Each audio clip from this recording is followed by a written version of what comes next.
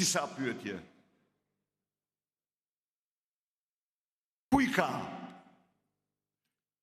fëmijët, miqt, njerëzit që para 12 vitesh i kishte këtu?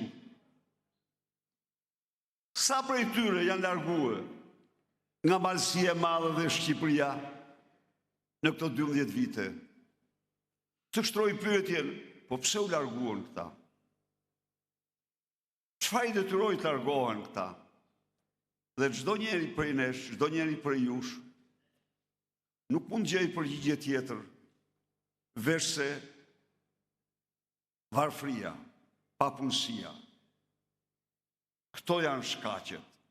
Shqiptarët tani nuk largohen më nga kurioziteti për të pa një vend, për të pa një tjetër. Jo, i kanë patën, u bën 30 vite, kanë dalë, kanë hyrë, kanë shkuar, kanë ardhur. Nuk shkojnë më. Hajtë dalim të shohim mirë, jo. Por janë me mira familjet,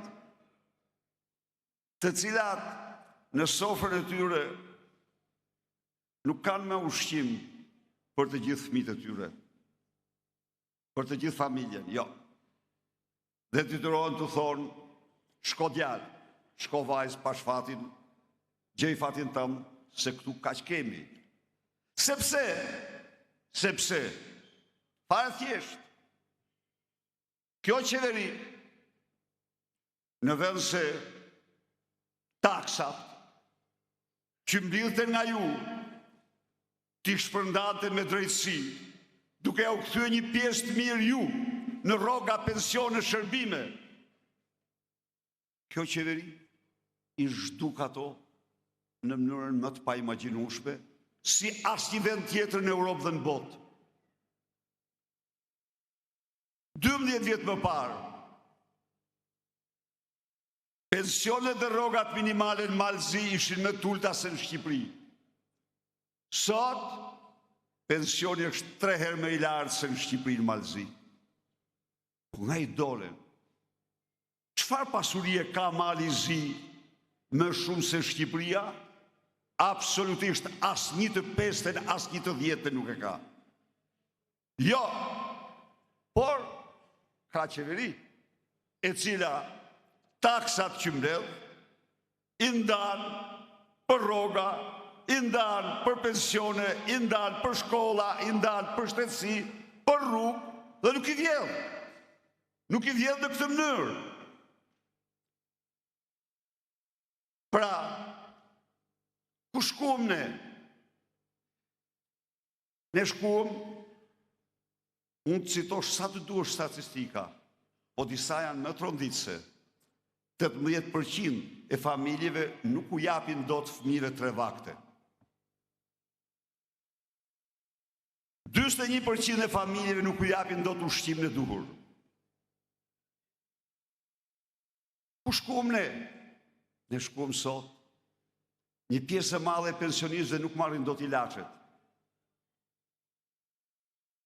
Mram takova një pensionist, Mohamed Gashi, jam nga Puka, më tha. Unë tha, ai kam punuar 45 vite. Kam punuar shofer, kam punuar këto.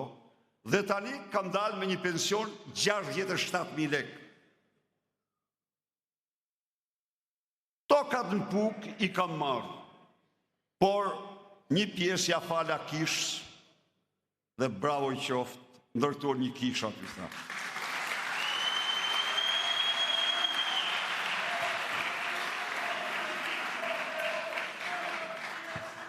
Tokat në Kavaj të bashkëshortës sime nuk kemi marrë.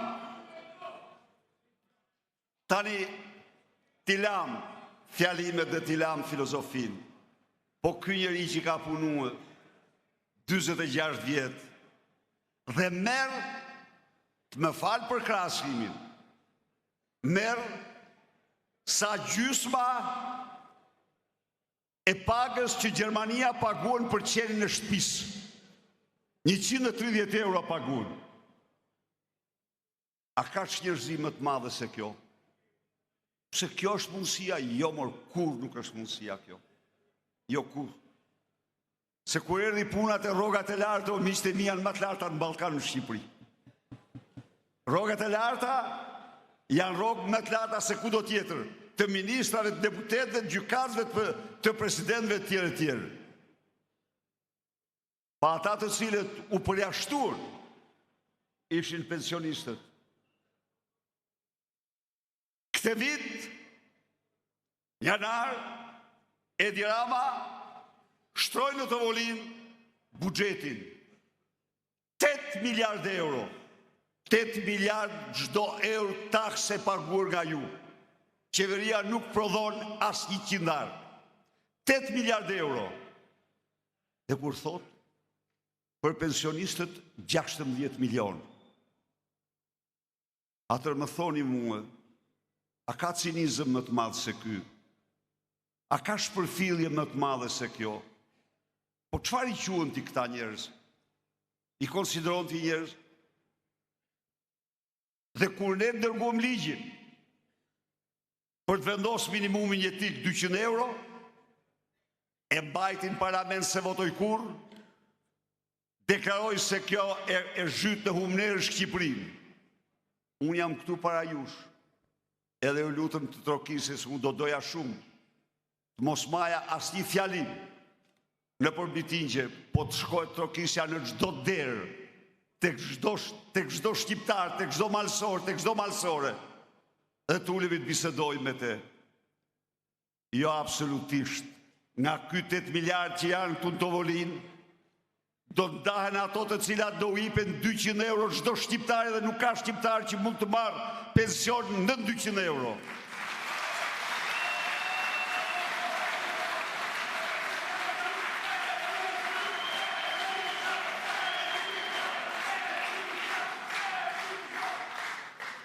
Nuk janë shumë, jo absolutisht. Por, ku është problemi? Problemi është se 57% e pensionistëve në Shqipëri marrin një rrogë, marrin një pension nga 67 euro që tha zotëria Mram, maksimumi 172 euro, 168 euro. Pra marrin një pension ndën 200 euro. Jo, të gjithë pa përjashtim, nga vitet e punës, nga çfarë do lloj faktori tjetër, do marrin 200 euro.